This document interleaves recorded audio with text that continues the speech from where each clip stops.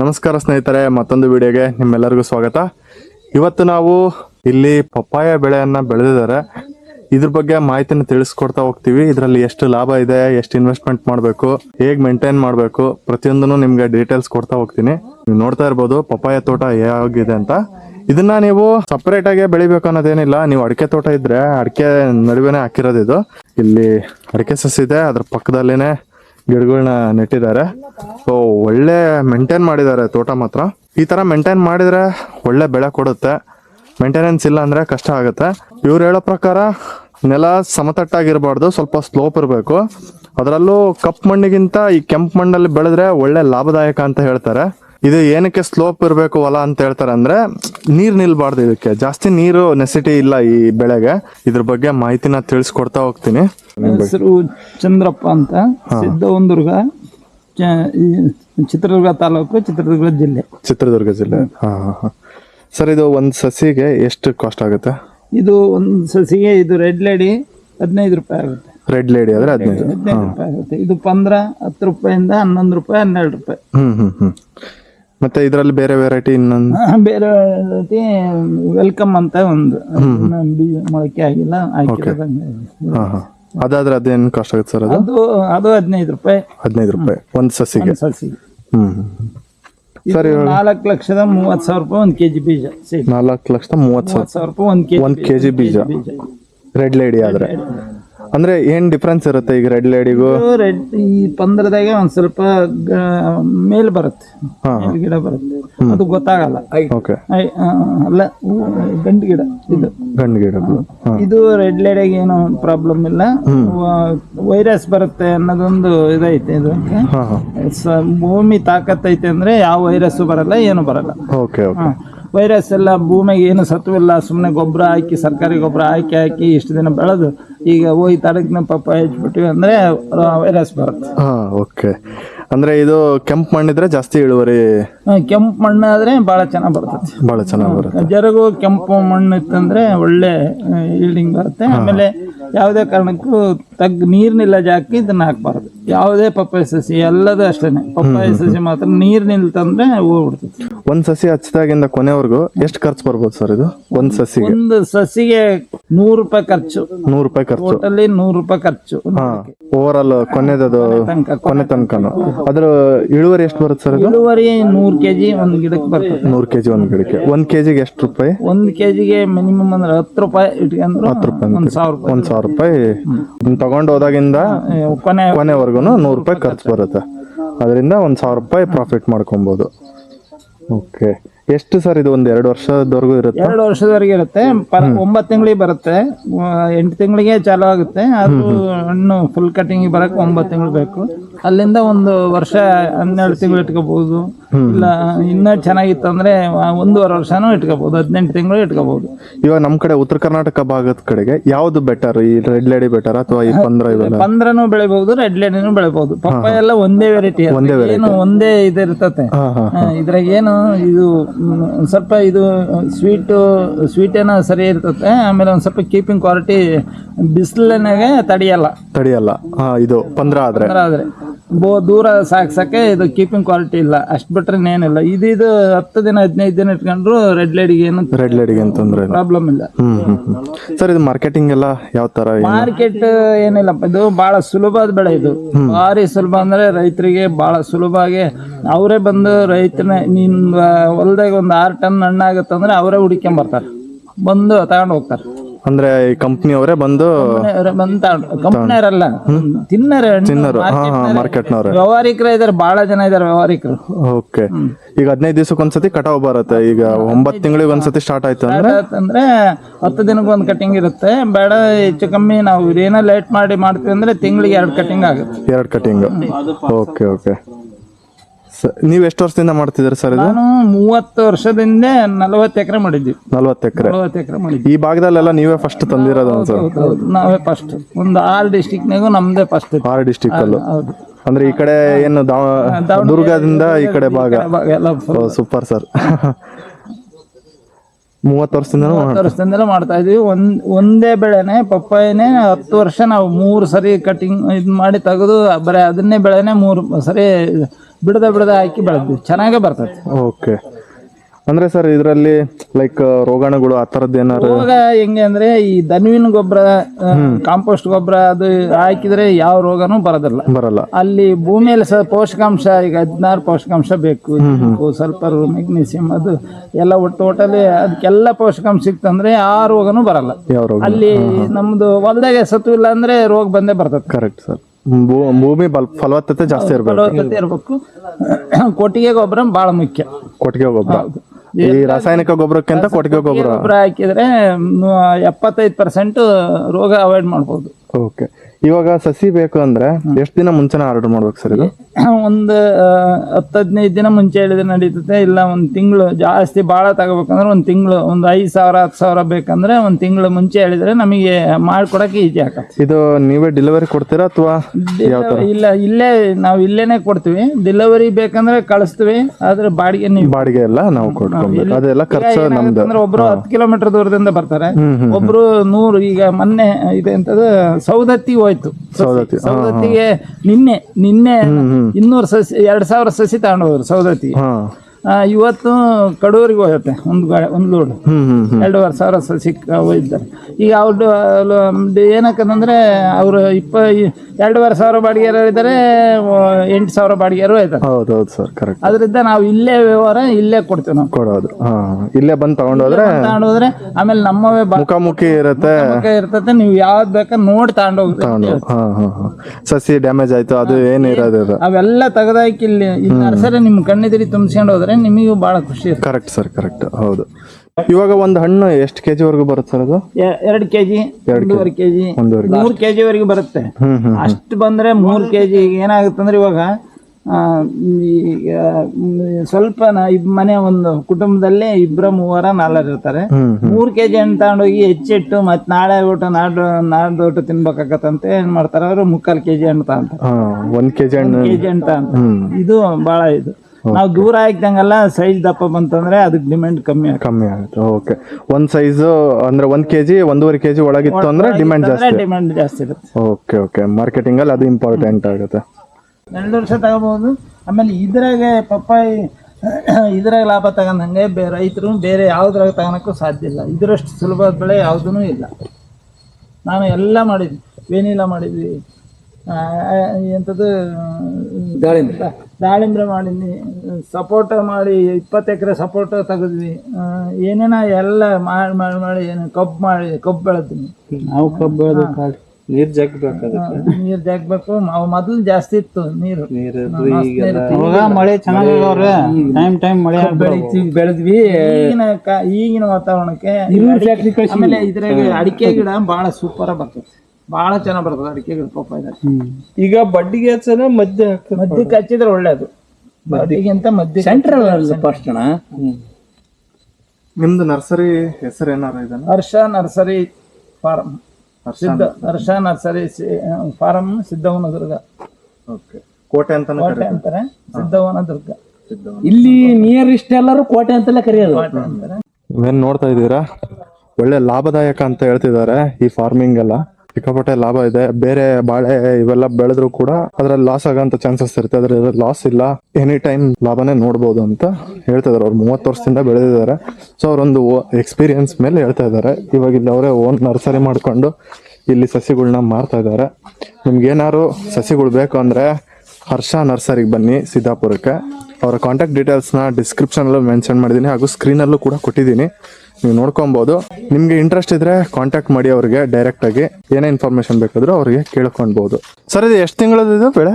ಇದು ಈಗ ಎಷ್ಟು ತಿಂಗಳಾಗಿರ್ಬೋದು ಹಾಕಿ? 11 ತಿಂಗಳು. ಇನ್ನು 1 ವರ್ಷ ಆಗಿಲ್ಲ. ಇದೇನು ನೋಡ್ತಾ ಇದ್ದೀರಲ್ಲ, ಹರ್ಷ ನರ್ಸರಿ ಅವ್ರದ್ದೇನಿದೆಯಲ್ಲ ಅವ್ರದ್ದೇ ಇದು ಪ್ಲಾಟ್. ಇದೇನು ನೋಡ್ತಾ ಇದ್ದೀರಾ, ಒಳ್ಳೆ ಸಖತ್ತಾಗಿದೆ ಪ್ಲಾಟ್ ಎಲ್ಲ. ಸಖತ್ತಾಗಿ ಮೇಂಟೈನ್ ಮಾಡಿದ್ದಾರೆ, ಒಳ್ಳೆ ಇಳುವರಿ ಇದೆ. ಇದು 11 ತಿಂಗಳದ್ದು ಅಷ್ಟೇ. ಇದು ಇವಾಗ ಇಳುವರಿ ಸ್ಟಾರ್ಟ್ ಆಗಿದೆ. 9 ತಿಂಗಳಿಂದ ಇಳುವರಿ ಸ್ಟಾರ್ಟ್ ಆಗುತ್ತೆ ಅಂತಾರೆ. 9ರಿಂದ 10 ತಿಂಗಳು ಹಂಗೆ ಆವ್ರೇಜ್ ಹಿಡೀರಿ. ಅದಾದ್ಮೇಲೆ ನಿಮಗೆ ತಿಂಗಳಿಗೆ 2ರಿಂದ 3 ಸತಿ ಕಟಾವು ಮಾಡ್ಬೋದು. ಇದು ಅವ್ರು ಹೇಳೋ ಪ್ರಕಾರ ನಿಮ್ಗೆ ಏನು ಹಣ್ಣು ಏನಿದೆಯಲ್ಲ ಸೈಜು, ಅದು 1ರಿಂದ 1.5 ಕೆಜಿ ಇದ್ರೆ ಮಾರ್ಕೆಟಲ್ಲಿ ಒಳ್ಳೆ ಡಿಮ್ಯಾಂಡ್ ಇರುತ್ತೆ ಅಂತ ಹೇಳ್ತಾರೆ.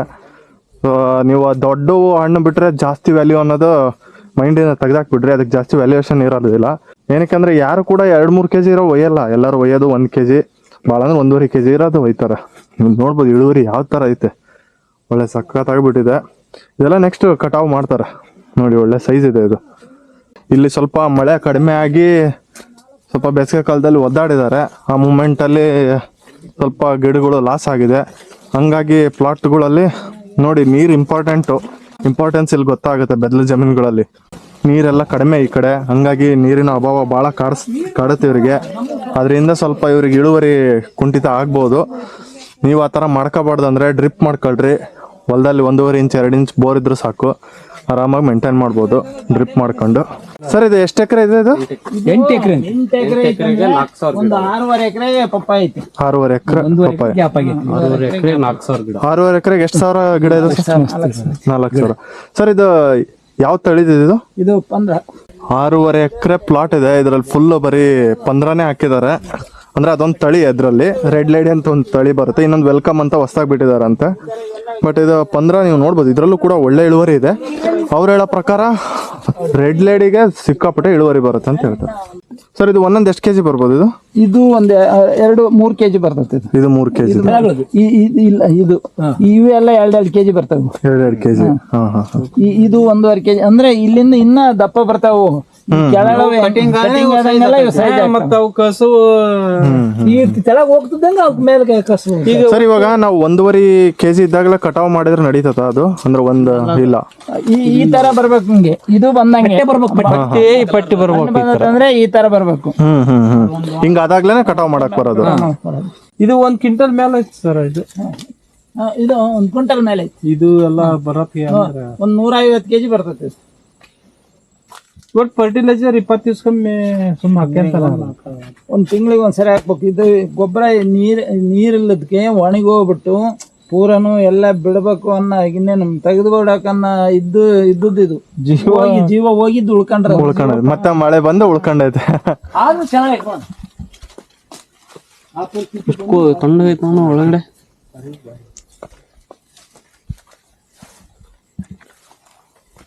ಇವಾಗ ಅದು ಇದ್ರಲ್ಲಿ ಎಷ್ಟು ಹಣ್ಣು ಕಟಾವ್ ಮಾಡ್ಬೋದು ಸರ್? ಅದು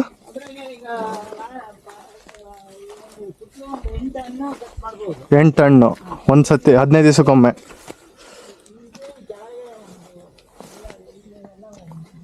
ಇಲ್ಲೆಲ್ಲ ಏನಿದೆ ಇದೆಲ್ಲ 15 ಇದೆ. ಇದು ನೋಡೋದಕ್ಕೆ ಈ ತರ ಕಾಣಿಸುತ್ತೆ ಅಷ್ಟೇ, ಡಿಫ್ರೆಂಟ್ ಆಗಿ. ಇವೆಲ್ಲ ದೊಡ್ಡದಾಯ್ತು ಅಂದ್ರೆ ಎಲ್ಲ ಇದೇ ತರ ಕಾಣಿಸುತ್ತೆ. ಬಟ್ ಏನಪ್ಪ ಅಂದ್ರೆ ಅವ್ರು ಹೇಳೋ ಪ್ರಕಾರ ರೆಡ್ ಲೇಡಿ ಇನ್ನೂ ಚೆನ್ನಾಗಿರುತ್ತೆ, ಇಳುವರಿ ಇನ್ನೂ ಒಳ್ಳೆ ಕ್ವಾಲಿಟಿ ಬರುತ್ತೆ ಅಂತ ಹೇಳ್ತಾರೆ. ಸೊ ರೆಡ್ ಲೇಡಿನ ಅವ್ರು ಪ್ರಿಫರ್ ಮಾಡ್ತಾರೆ. ರೆಡ್ ಲೇಡಿ ಸ್ವಲ್ಪ ಕಾಸ್ಟ್ಲಿ, ಅಂದರೆ ಸಸಿ ಎಲ್ಲ ನೀವು ತಗೊಂಡೋದ್ರೆ 15 ರೂಪಾಯಿಗೆ ಒಂದು ಸಸಿ ಬೀಳುತ್ತೆ. ಇದೆಲ್ಲ 11-12 ರೂಪಾಯಿಗೆ ಒಂದು ಸಸಿ ಬೀಳುತ್ತೆ. ಇಳುವರಿ ಎಲ್ಲ ತುಂಬ ಚೆನ್ನಾಗಿದೆ. ಇದು ಏನೋ ಮಳೆ ಅಭಾವದಿಂದ ಈ ಥರ ಇದೆ. ಇನ್ನು ಮಳೆ ಎಲ್ಲ ಚೆನ್ನಾಗಿದ್ದಿದ್ರೆ ಇನ್ನೂ ಚೆನ್ನಾಗಿ ಇಳುವರಿ ಕಾಣ್ಬೋದಿತ್ತು. ಈ 15 ತಳಿಯಲ್ಲಿ ಏನಪ್ಪಾ ಅಂದ್ರೆ ಇದು ಹಣ್ಣಾದ್ಮೇಲೆ ಒಂದು 4ರಿಂದ 5 ದಿನ ಮಾತ್ರ ಇದನ್ನ ಸ್ಟೋರ್ ಮಾಡಿಡ್ಬೋದು. ಅದ್ರ ಮೇಲೆ ಇಡಕ್ಕಾಗಲ್ಲ, ಹಾಳಾಗ್ಬಿಡುತ್ತೆ ಅಂತ ಹೇಳ್ತಿದ್ದಾರೆ.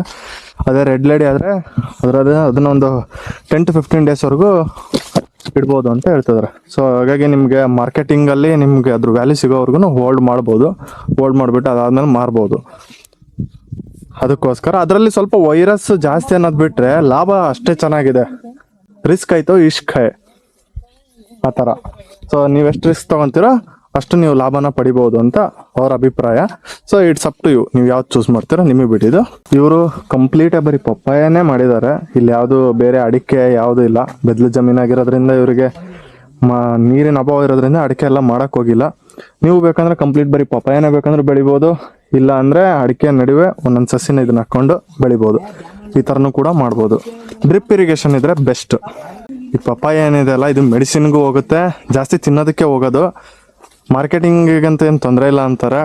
ಎಲ್ಲ ನೀವು ಚೆನ್ನಾಗಿ ಒಂದು 5-6 ಟನ್ ಬೆಳಿತೀರಾ ಅಂದರೆ ಅವರೇ ಹುಡ್ಕೊಂಡು ಬರ್ತಾರೆ ಮಾರ್ಕೆಟಿಂದ. ಕಂಪ್ನಿಗಳಿಗೆ ಬೇಕಂದ್ರು ನೀವು ಯಾರ್ದಾರ ಜೊತೆ ಡೀಲ್ ಮಾಡ್ಕೊಂಡ್ರೆ ಅದು ಓಕೆ, ಇಲ್ಲಾಂದ್ರೆ ಮಾರ್ಕೆಟಲ್ಲಿ ಸಿಗ್ತಾರೆ ದಲ್ಲಾಳರು. ಇರ್ಬೇಕಣ್ಣ. ನೀವು ಜಾಸ್ತಿ ಬೆಳೆದಷ್ಟು ನಿಮಗೆ ಡಿಮ್ಯಾಂಡ್ ಜಾಸ್ತಿ ಇರುತ್ತೆ. ಜಾಸ್ತಿ ಇತ್ತಂದ್ರ ಡಿಮ್ಯಾಂಡ್ ಜಾಸ್ತಿ. ಎಷ್ಟು ನೀವು ಈಲ್ಡ್ನ ಜಾಸ್ತಿ ಕೊಡ್ತೀರೋ ಅಷ್ಟು ಡಿಮ್ಯಾಂಡ್ ಜಾಸ್ತಿ ಇರುತ್ತೆ. ಮಾರ್ಕೆಟಲ್ಲಿ ತುಂಬ ವ್ಯಾಲ್ಯೂ ಇದೆ ಇವಾಗ ಪಪ್ಪಾಯಾಗೆ. ಕಣ್ಣಿಗೆ ಭಾಳ ಒಳ್ಳೇದಂತಾರೆ. ಹಂಗಾಗಿ ತಿನ್ರಿ ಪಪ್ಪಾಯನ, ಒಳ್ಳೇದು. ಇದನ್ನ ಬೇರೆಯವ್ರು ಹೇಳಿದ್ರು ಅಂತ ಎಲ್ಲ ಬೆಳೆಗಳನ್ನ ಬೆಳೆಯಕ್ಕೆ ಹೋಗ್ಬೇಡ್ರಿ. ನಿಮ್ಗೆ ಇಂಟ್ರೆಸ್ಟ್ ಇದ್ದು ನಾನು ಮಾಡ್ತೀನಪ್ಪ ಅನ್ನೋದು ನಿಮ್ಮ ಮನಸ್ಸಿಗೆ ಬಂತು ಅಂದರೆ ಆ ಬೆಳೆನ ಬೆಳೀರಿ. ಅದಕ್ಕೆ ತಕ್ಕಂಥ ಪರಿಶ್ರಮ ಪಡ್ರಿ, ಅವ ನಿಮಗೆ ಅದಕ್ಕೆ ತಕ್ಕಂಥ ಪ್ರತಿಫಲ ಸಿಕ್ಕೇ ಸಿಗುತ್ತೆ. ಮಾರ್ಕೆಟಿಂಗ್ ಮೇನು ಇದರಲ್ಲಿ. ನೀವು ಮಾರ್ಕೆಟಿಂಗ್ ಇಲ್ದೇ, ಮಾರ್ಕೆಟಿಂಗ್ ಗೊತ್ತಿಲ್ದೇ ಯಾವುದು ಬೆಳೆನ ಬೆಳೆಯಕ್ಕೆ ಹೋಗ್ಬೇಡ್ರಿ. ಇದ್ರ ನಾವು ಹೇಳಿದ್ವಿ ಅಂತ ಬೆಳೆಯೋದು ಆಮೇಲೆ ಲಾಸ್ ಆಯ್ತಂತ ನಮಗೆ ಬೈಕೊಳ್ಳೋದು ಇವೆಲ್ಲ ಮಾಡಕ್ಕೆ ಹೋಗ್ಬೇಡ್ರಿ. ಫಸ್ಟ್ ನೀವು ಮಾರ್ಕೆಟಿಂಗ್ ತಿಳ್ಕೊಳ್ರಿ. ನಿಮ್ಮ ಊರುಗಳ ಕಡೆ ಮಾರ್ಕೆಟಿಂಗ್ ಹೆಂಗಿದೆ ಅದನ್ನ ತಿಳ್ಕೊಂಡು ಮಾಡಬೇಕು. ಒಳ್ಳೆ ಮಾರ್ಕೆಟಿಂಗ್ ಇರಬೇಕು ಮೇನ್. ಇದು ನೀವೇನೋ ಬೆಳಿತೀರಾ ಬಿಡಿ, ಹೆಂಗೋ ಕಷ್ಟಪಟ್ಕೊಂಡು ಸರ್ಕಸ್ ಮಾಡಿ ಬೆಳಿತೀರಾ, ಬಟ್ ಮಾರ್ಕೆಟಿಂಗ್ ಇಲ್ಲ ಅಂದ್ರೆ ನೀವು ಎಷ್ಟು ಬೆಳೆದಿದ್ದು ವೇಸ್ಟ್ ಆಗ್ಬಿಡುತ್ತೆ. ಕೊನೆ ರೇಟ್ ಸಿಕ್ಕಿಲ್ಲ ಅಂತೇಳಂದು ರೋಡಿಗೆ ಎಸೆಯೋದು, ಇದೇ ಪರಿಸ್ಥಿತಿ ಆಗ್ಬಿಡುತ್ತೆ ರೈತರದು. ಸೊ ಎಲ್ಲನೂ ತಿಳ್ಕೊಂಡು ಆಮೇಲೆ ಮಾಡಿ. ಸುಮ್ಮನೆ ಯೂಟ್ಯೂಬಲ್ಲಿ ನೋಡಿದ್ವಿ ಲಾಭ ಐತೆ ಅಂತೇಳಂದು ಹೇಳಿದ್ರು ಅಂತೇಳಂದು ಮಾಡಕ್ಕೆ ಹೋಗ್ಬೇಡ್ರಿ. ಹೇಳ್ತಾರೆ 10 ಲಕ್ಷ 15 ಲಕ್ಷ ಹೇಳ್ತಾರೆ, ಅದೆಲ್ಲ ಅದಕ್ಕೆ ತಕ್ಕಂಗೆ ಮಾರ್ಕೆಟಿಂಗ್ ಇರಬೇಕಷ್ಟೇ. ಇಳುವರಿ ನೀವು ನೋಡ್ಬೋದು ಎಷ್ಟು ಚೆನ್ನಾಗಿ ಬಂದಿದೆ. ಪ್ರತಿಯೊಂದು ಗಿಡದಲ್ಲೂ ಕೂಡ ಎಷ್ಟು ಚೆನ್ನಾಗಿ ಇಳುವರಿ ಇದೆ. ಇದು ನೀವು ಅಡಿಕೆ ತೋಟ ಇತ್ತು ಅಂದ್ರೆ ಅಡಿಕೆ ತೋಟದಲ್ಲೇ ಹಾಕ್ಬೋದು. ಒಳ್ಳೆ ಲಾಭದಾಯಕ 2 ಬೆಳೆ ಆಗುತ್ತೆ. ಈಗೇನ್ ನೀವು ಮೆಕ್ಕೆಜೋಳ ಮತ್ತೆ ಬೇರೆ ತರ ಸೂರ್ಯಪಾನ ಈ ತರ ಎಲ್ಲ ಹಾಕ್ತಿರಲ್ಲ, ಆ ತರನೇ ಇದನ್ನು ಕೂಡ ಹಾಕೊಂಡ್ ಮಾಡ್ಬೋದು. ಇದೆಲ್ಲ ಏನ್ ನೋಡ್ತಿದ್ದೀರಲ್ಲ, ಅಡಿಕೆ ತೋಟ ನಿಮ್ದು ಚಿಕ್ಕ ಸಸಿ ಇರಬೇಕು, ಅದ್ರಲ್ಲಿ ಮಾತ್ರ ಬೆಳೆಯಕ್ ಬರೋದು. ಇದು 2-2.5 ವರ್ಷದ ಅಡಿಕೆ ಸಸಿ ಇದ್ರೆ ಅದರಲ್ಲಿ ಬೆಳಿಬೋದು ಇವನ್ನ. ದೊಡ್ಡ ಗಿಡ ಆದ್ರೆ ಅಡಿಕೆ ಹೋಗೋಂತ ಪೌಷ್ಟಿಕಾಂಶನ ಇದು ಎಳ್ಕೊಂಡ್ಬಿಡ್ತೈತಿ. ಹಂಗಾಗಿ ಅವ ನಿಮ್ಗೆ ಅಡಿಕೆ ಫಲವತ್ತತೆ ಸ್ವಲ್ಪ ಕಡಿಮೆ ಆಗಂತ ಚಾನ್ಸಸ್ ಇರುತ್ತೆ. ನೀವು ಈ ಗಿಡ ಏನ್ ನೋಡ್ತಿದ್ದೀರಲ್ಲ, ಇದಕ್ಕೆ ವೈರಸ್ ಅಟ್ಯಾಕ್ ಆಗಿದೆ ಅಂತ, ಅಂದ್ರೆ ರೋಗಗಳು ಅಟ್ಯಾಕ್ ಆಗಿದಾವೆ. ನೀವು ನೋಡ್ಬೋದು ಒಂಥರ ಮುಟ್ರು ರೋಗ ಬಂದಂಗಾಗೈತೆ. ಹಂಗಾಗಿ ಇದ್ರ ಇಳುವರಿನೇ ಕಮ್ಮಿ ಆಗ್ಬಿಡ್ತೈತಿ. ನೀವು ನೋಡ್ಬೋದು ಕರೆಕ್ಟಾಗಿ ಮೇಂಟೆನೆನ್ಸ್ ಇದ್ರೆ ಈ ಥರ ರೋಗಗಳು ಇವೆಲ್ಲ ಏನು ಇರೋದಿಲ್ಲ. ಇದಕ್ಕೆ ತಕ್ಕಂಥ ಔಷಧಿಗಳು ಸಿಗುತ್ತೆ, ಅದನ್ನೆಲ್ಲ ಹೊಡೆದು ಈ ರೋಗಗಳನ್ನ ಕಂಟ್ರೋಲಲ್ಲಿ ಇಟ್ಕೋಬೇಕು ಚಿಕ್ಕದಾಗಿದ್ದಾಗಿಂದನು. ಇಲ್ಲಾಂದರೆ ಈ ಥರ ಪ್ರಾಬ್ಲಮ್ಸ್ ಆಗುತ್ತೆ. ನೋಡ್ಬೋದು ಇಳುವರಿನೇ ಇಲ್ಲ, ಕಾಯಲ್ಲೆಲ್ಲ ಗಂಟಾಗಿದೆ, ಕಾಯಿ ಇಳುವರಿ ಇಲ್ಲ. ಒಂಥರ ನೋಡೋಕ್ಕೆ ಗೊತ್ತಾಗ್ಬಿಡುತ್ತೆ ಇದು ರೋಗ ಬಂದಿರೋ ಗಿಡ ಅಂತಂದು. ಏನಿಲ್ಲ, ಏನು ಉಳಿದಿಲ್ಲ ಈ ಗಿಡದಾಗ. ಅದೇ ರೋಗ ಬರದೇ ಇರೋ ಅಂಥ ಗಿಡಗಳಲ್ಲಿ ಒಳ್ಳೆ ಫಲ ಇರುತ್ತೆ. ಈ ಹೊಲನ ಕರೆಕ್ಟಾಗಿ ಮೇಂಟೆನೆನ್ಸ್ ಇಲ್ಲ, ಈ ಹೊಲದಲ್ಲಿ ಕರೆಕ್ಟಾಗಿ ಮೇಂಟೆನೆನ್ಸ್ ಇಲ್ಲ, ಹಂಗಾಗಿ ಸ್ವಲ್ಪ ಈ ಥರ ಪ್ರಾಬ್ಲಮ್ಸ್ ಇದೆ. ಬಟ್ ಅದು ಇದರ ಹಿಂದ್ಗಡೆ ಹೊಲದಲ್ಲಿ ಏನು ತೋರಿಸಿದ್ವಲ್ಲ ಅದರಲ್ಲಿ ಒಳ್ಳೆ ಮೇಂಟೆನೆನ್ಸ್ ಇದೆ, ಒಳ್ಳೆ ಇಳುವರಿ ಇದೆ ಅದರಲ್ಲಿ. ಒಂದೊಂದು ಸಸಿ ಒಳಗಡೆನ ಬರ್ತಾವಣ, ಒಂದೊಂದು ಇಲ್ಲಿ ಹಾಕಿದ್ಮೇಲೆ ವೈರಸ್ ಸ್ಟಾರ್ಟ್ ಆಕಾವು. ಓಕೆ, 2 ನಮ್ನಿಂದನೂ ಬರ್ಬೋದಣ್ಣ ವೈರಸ್ 2 ನಮ್ನಿಂದನೂ ಬರ್ಬೋದು ಅಂತ ಹೇಳ್ತಿದ್ದಾರೆ ನಮ್ಮ ಬ್ರದರ್. ಅಂದರೆ ಲೈಕ್ ಸಸಿಯಿಂದನೂ ಬರ್ಬೋದು, ಇಲ್ಲಿ ಹಾಕಿದ್ಮೇಲೆ ವೈರಸ್ ಅಟ್ಯಾಕು ಆಗ್ಬೋದು. ಹಾಕಿದ್ಮೇಲೆ ಆಗೋಂಥ ಚಾನ್ಸಸ್ ಭಾಳ ಇರುತ್ತೆ. ಹಂಗಾಗಿ ಎಲ್ಲ ಮೇಂಟೈನ್ ಮಾಡ್ಬೇಕು. ನೋಡ್ಬೋದು ಇಲ್ಲೆಲ್ಲ ಜಾಸ್ತಿ ರೋಗಾಣುಗಳು ಜಾಸ್ತಿ ಇದಾವೆ ಇದರಲ್ಲಿ. ಇಳುವರಿ ಇದೆ, ಇದೆಲ್ಲ ದುಂಡು ಕಾಯಿದು ಇಳುವರಿ ಇದೆ, ಆದರೆ ಆ ಹೊಲದಲ್ಲೇನಿತ್ತಲ್ಲ ಆ ರೇಂಜಿಗೆ ಇಲ್ಲ ಇದರಲ್ಲಿ. ನೋಡೋದಾದ್ರೆ ಇದರಲ್ಲೆಲ್ಲ ಚಿಕ್ಕದಿದೆ. ಇದು ಎಕ್ಸ್ಟ್ರೀಮ್ ಲೆವೆಲ್ ಐತಂದ್ರೆ ಗಿಡಗಳು ನೀವು ಎಷ್ಟು ಮೇಂಟೈನ್ ಮಾಡಿದ್ರು ಆಮೇಲೆ ಉಪಯೋಗ ಮುಟ್ಟಲ್ಲ. ಎಲ್ಲ ಗಿಡಗಳಿಗೂ ಆವರಿಸ್ಕೊಂಡ್ಬಿಟ್ಟೈತಿ ಇದು. ನೀವು ನೋಡ್ರಿ, ತೋರಿಸ್ತೀನಿ ಒಂದು ಸರಿ. ಎಲ್ಲ ಗಿಡಗಳು ಆಲ್ಮೋಸ್ಟ್ ವೈರಸ್ ಅಟ್ಯಾಕ್ ಆಗಿಬಿಟ್ಟಿದೆ. ಆ ಗಿಡಗಳಿಗೂ ಇದಕ್ಕೂ ಎಷ್ಟು ಫರಕ್ ಐತಿ ನೋಡ್ಕೋದ್ರು ಸರಿ. ಸೊ ಇಷ್ಟು ಇವತ್ತಿನ ಇನ್ಫಾರ್ಮೇಷನ್ನು. ಈ ಇನ್ಫಾರ್ಮೇಷನ್ನು ನಿಮ್ಗೆ ಇಷ್ಟ ಆಗಿದ್ರೆ ಮುಂದಿನ ವಿಡಿಯೋಗಳಲ್ಲಿ ಇದೇ ರೀತಿ ಬೇರೆ ನಿಮಗೆ ಯಾವ ಬೆಳೆಯ ಬಗ್ಗೆ ಇನ್ಫಾರ್ಮೇಷನ್ ಬೇಕು ಅನ್ನೋದು ಕಮೆಂಟ್ ಸೆಕ್ಷನಲ್ಲಿ ಮೆನ್ಷನ್ ಮಾಡಿ. ಇದೇ ಥರ ಹೆಚ್ಚಿನ ಇನ್ಫಾರ್ಮೇಷನ್ ಕೊಡೋದಕ್ಕೆ ನಾವು ಪ್ರಯತ್ನ ಪಡ್ತೀವಿ. ನಿಮ್ಮ ಸಪೋರ್ಟ್ ನಮಗೆ ಹೀಗೆ ಇರಲಿ.